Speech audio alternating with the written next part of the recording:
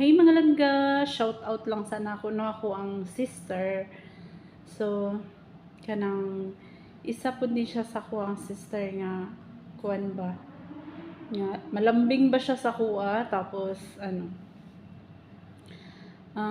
siguro nag-share siya kay tungod na siya gi-share sa kuha mga langga no kay wala lagi daw kuno siya lain nga kasumbungan sa iyahang mga problema inana ba kay kabalo kag mga kabatan-unan karon masyadong masyadong tahimik tapos ayaw mapagsalita, ayaw ng kahit sinong pwedeng mapagsabihan ng mga problema. May mga ganong bagay. So itong kapatid ko, siguro karamihan sa mga ngayon no, sa mga kabataan ngayon na nahihiya or ayaw mag-share ng kanilang sariling suliranin or sariling problema sa kanilang buhay. So mga langga, nais ko lang sabihin sa inyo kung ano man yung mga pinagdadaanan nyo, kung ano man yung mga problema nyo. Ipagdarasal nyo yan sa ating Panginoon dahil walang sino mang makakatulong sa inyo kundi ang ating Panginoon.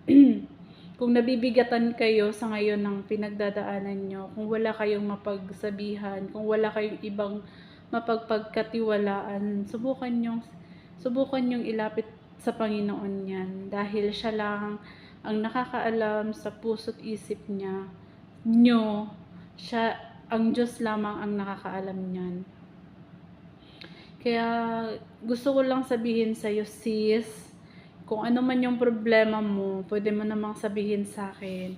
At saka hindi naman ako yung taong tipong mag-judge sa inyo agad-agad. Kumbaga, bakit ka ganito? Bakit ka ganyan? No, hindi.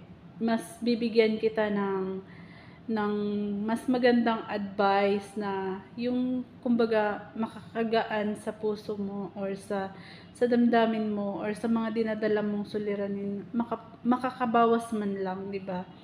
At least mababawasan man lang yung bulol ba talaga ako? Ayusin mo nga self. Ayusin mo nga self.